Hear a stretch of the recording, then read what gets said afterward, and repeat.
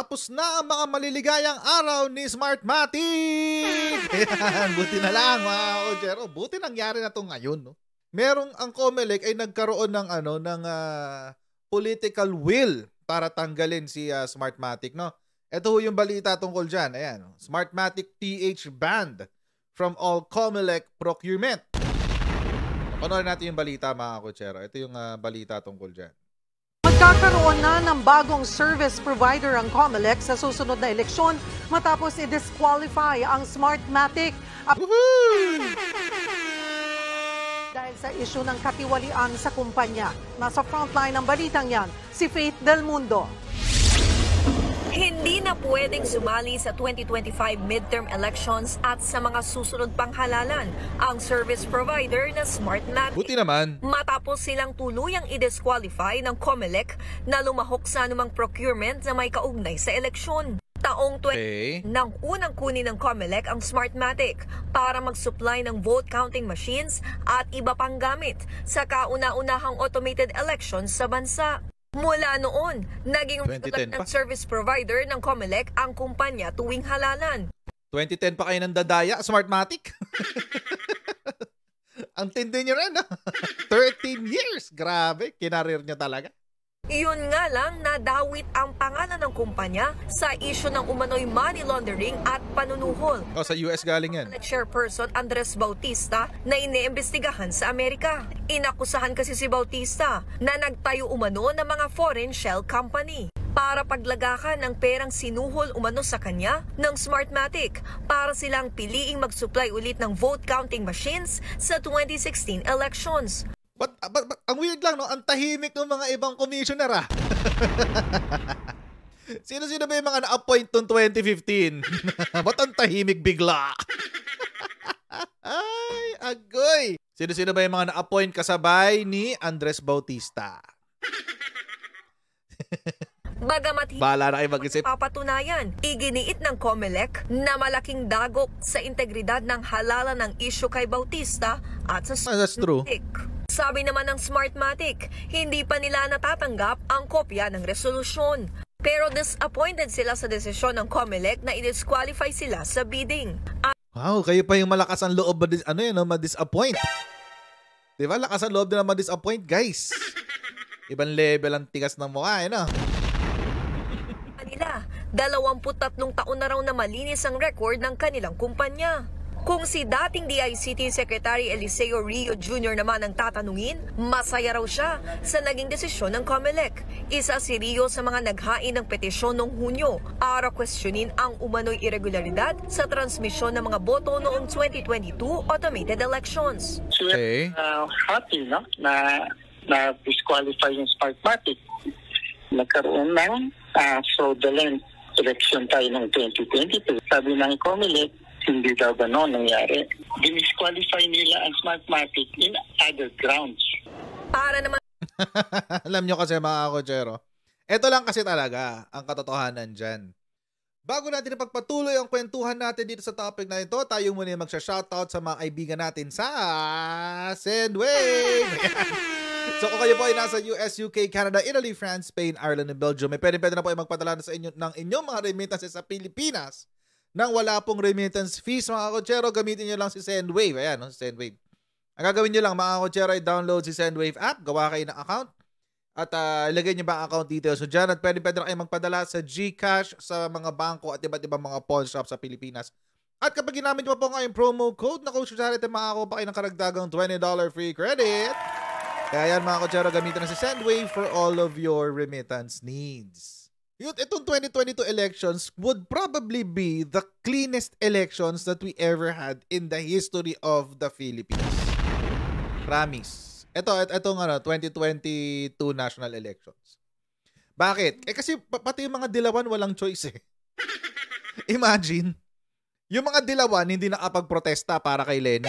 Itong si Eliseo Rio, gumagawa ng kwento-kwento na kunyari dayaan daw dahil dun sa IP address, etc. na wala namang halaga. So mga Kutsero, probably itong 2022 ang pinakamalinis na election na nagkaroon tayo. Most probably. It's not perfect, but at least sinabi ng PPCRV again dilawang grupo. Dilawan yun PPCRV. Yung manual yung election watchdog na nag-manual audit nung election 2022. Anong sabi nila? 98 point something% ang pagiging malinis ng 2022 national election. So, ang medyo ipokrito lang tong si Eliseo Rio para sabihin to. Noong 2016, nalantaran ang dayaan, tahimik kayong lahat. 'Di ba? 'Di ba mga kotsero? Noong 2016, nung dinaya si President Bongbong Marcos, noong panahon na yun, tumatakbo siyang vice-presidente. Nung tumakbo siya bilang vice-presidente at dinaya siya ng Panot Aquino administration, tahimik itong mga dilawang pink CPP na to. Ngayon, na nanalo si President Bongbong Marcos in probably, again, the cleanest elections that we ever had in the history of Philippine elections. Biglang nandaya. Biglang naglabasan kayong lahat at happy kayo na tinanggal si Smartmatic. Nung panahon na 2016 na gusto ng mga supporters si President Bongbong Marcos na ipatanggal na si Smartmatic, nag-petition ba kayo ng ganito? Wala. Mga hipokrito, mga plastic kayo. Hindi nyo lang kasi nakuha yung gusto nyong boto. Hindi nyo nakuha na manalo yung gusto nyong kandidato. Kaya ngayon, dahil natanggal si Smartmatic, we are happy na disqualify si Smartmatic. Come on, ang pa-plastic nyo. Huwag ganun. Maging consistent kayo. This is very intellectually dishonest, sa totoo lang. Itong pag-celebrate na to ni Eliseo Rio. This is very intellectually dishonest. Totoo lang. Real talk. Kasi nung panahon na nangyari nga yung dayaan noong 2016, wala kayong comment Sinasabi nyo pa, 3 beses tinalo si President Bongbong Marcos. Tinalo sa botohan, 2 beses tinalo sa Supreme Court. May ganun pa kayong drama. Nag-petition ba kayo na tanggalin si Smartmatic? Hindi. O ngayon, natalo si Leni Robredo, biglang sabihin nyo, happy kami na natanggal ang Smartmatic. Gilan nyo kami, pa-plastic nyo. Grounds. Para naman sa grupong kontradaya, better late than never ang pag-disqualify sa Smartmatic. Since 2010, kontradaya has been very critical. Activist group naman to. Itong kontradaya, walang kwenta to kasi progressive. Pero makakaliwang grupo yan. So, lahat ng opinion yan, kontra-administrasyon. So, kontra-administrasyon yan. Kontra-established democracy. Kasi mga komunista yung mga yan. Sa taong bayan, we recall even back in 2010, we were already questioning the many irregularities and many lapses in transparency of Smartmatic. Sa ngayon, kinokonsidera rin ng COMELEC na imungkahing patawan ng permanent disqualification at blacklisting ng Smartmatic sa lahat ng government procurement proceedings. Go! Nagbabalita mula sa frontline. Mas maganda. Diba? Blacklist nyo na yan si Smartmatic para pati yung mga iba't iba niyang iterations madamay. Diba? Kasi sabi nila may plan B para plan C, plan D, whatever. Alam nyo mga kotsero, kapag si Smartmatic din naman ang mag-e-ending na supplier, kahit pagpalit-palit sila ng pangalan ng local, yung local supplier sa Pilipinas. Pero at the end of the day, makikita ng COMELEC na, hindi, nanggagaling pa rin to kay Smartmatic. Yung mga produkto. O di ganun din, di-disqualify din. Kaya nga mas maganda nga yung i-blacklist. Mas maganda yung i-blacklist. But anyway, ito yung decision ng COMELEC. Basahin natin para syempre ayaw naman natin ng chismisan, di ba? Gusto natin yung tao dito. Malinaw. Ayan. COMELEC to press statement November 29, 2023 si Attorney John Rex Laudianco ang naglabas ng announcement. Yan. Alam nyo, in fairness na natanggal din tong itong tawag dito, natanggal din itong Smartmatic nung medyo natanggal din yung mga ibang tao na nasa loob ng COMELEC. Nung nawala sila, 'di ba, na nung na-suspend, nag-retire, nag-resign, etc., etc. Nagkaroon ng nagkaroon ng tawag dito, nagkaroon ng mga pagbabago diyan sa loob ng ng COMELEC. kaya? Anyway. Ito sabi, COMELEC exercises plenary powers to bar Smartmatic from bidding in the 2025 automated election system. Yan. The Commission on Elections today, November 29, has resolved to bar Smartmatic from participating in the competitive public bidding for the 2025 automated election system in the exercise of its plenary powers as the sole government body tasked by the Constitution to enforce and administer all laws and regulations relative to all electoral exercises. Ang dahilan daw, ito, ayan. This comes, ito yung naging dahilan nila. Ito sa pangalawang paragraph.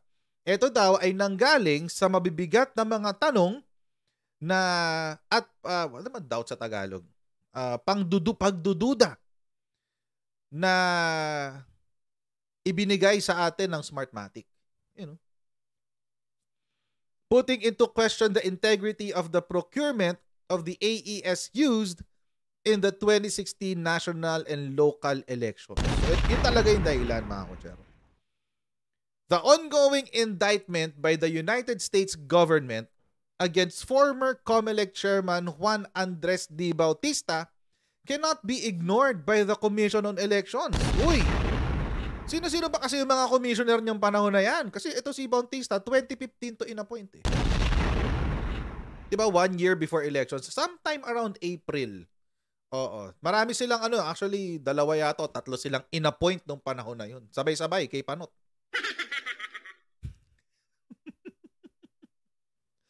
Bakit kaya?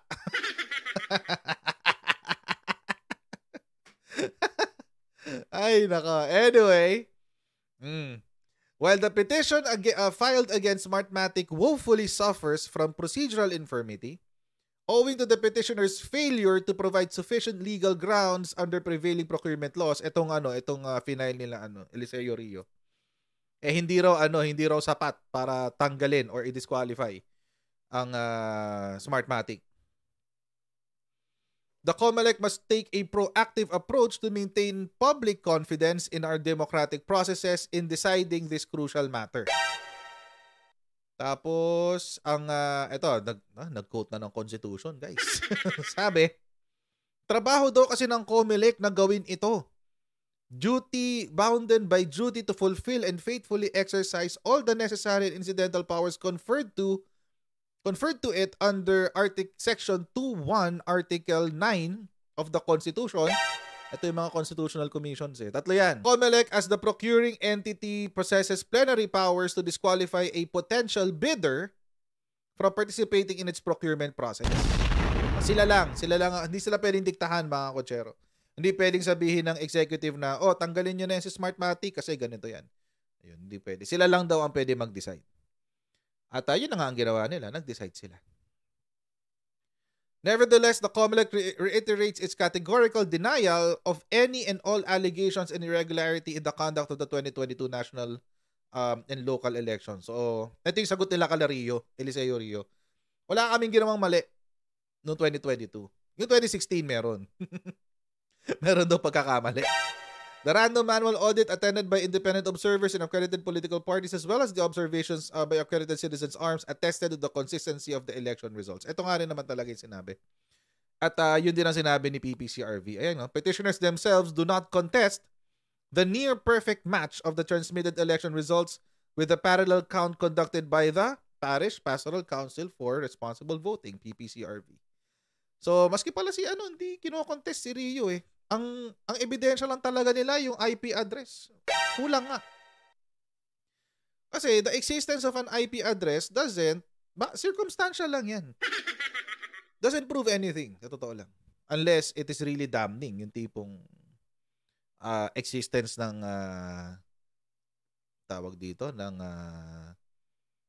isang server, secret server, nung panahon ng dayaan noong 2016, na nasa loob ng Accra building, di ba? Sa opisina ng Smartmatic, sa Taguig. That's pretty much damning, no? But anyway, the COMELEC has also made all efforts to make available not just to the petitioners. Okay, sinagot nila yung kay Eliseo Rio. So sinasabi nila, walang dayaan, vinalidate yan ng PPCRB at nagbigay mismo kami ng transmission logs. Ayan, yung ebidensya ang kailangan nyo. O yan, binigay namin sa inyo yan. O may nakita ba kayo? Wala pa rin. In sum, the COMELEC remains ready in its commitment to full transparency to have a recount by opening the ballot boxes of every region in the country, which will be at no cost to the petitioners. Oy, sinagot pa sila. Gusto niyo ng recount? Sige! Go! Kaya, sasagot ba kayo dyan, Eliseo Rio? Hindi yan katulad ng 2016 elections na merong mga ballot boxes na merong grasa na nalulunod sa tubig na hindi na mabasa, di ba? Walang ganon. Mukhang mukhang yung kanilang ballot boxes ay intact. Considering all the foregoing matters and the sentiment of the public, the COMELEC deems it proper to explore alternative AES providers, this is really a good thing. Good job, COMELEC. Good job, Commissioner Garcia. Okay, good job kayo dyan. This decision reflects the thrusts for key electoral reforms by present leadership of COMELEC and Chairman George Erwin M. Garcia at the helm, reflecting a thoughtful consideration of public trust and proper management of public funds. Good job.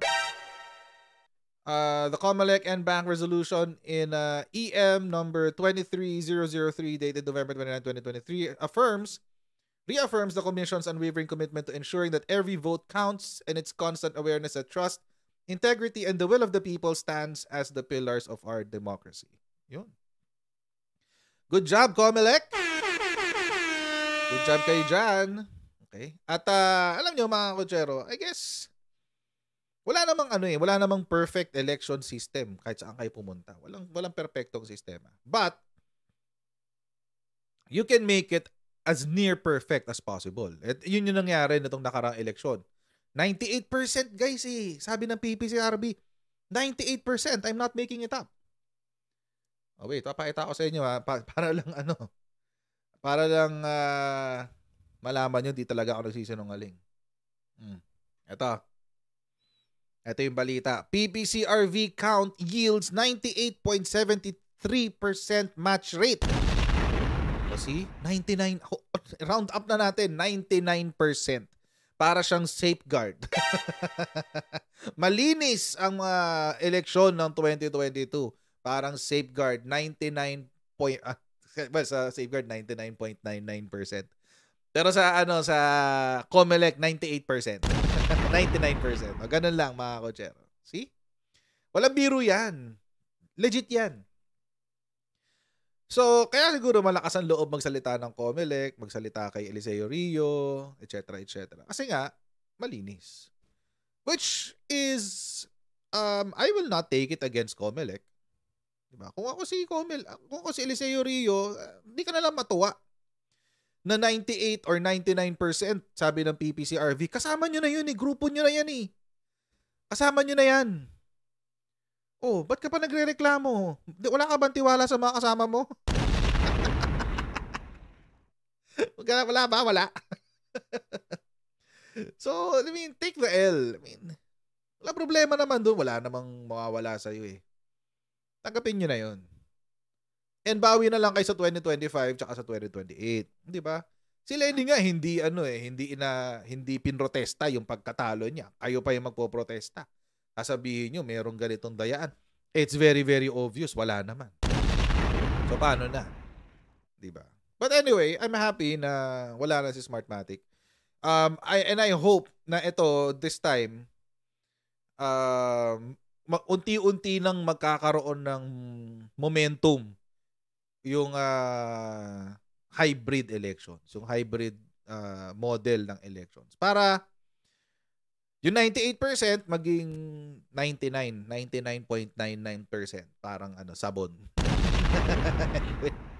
So, ayun mga kotsero. Maraming pong salamat sa inyong panonood ng ating channel ngayong araw na to.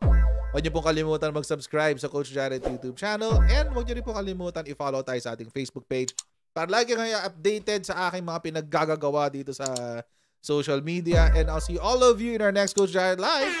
Bye everyone. See you next time. Bye.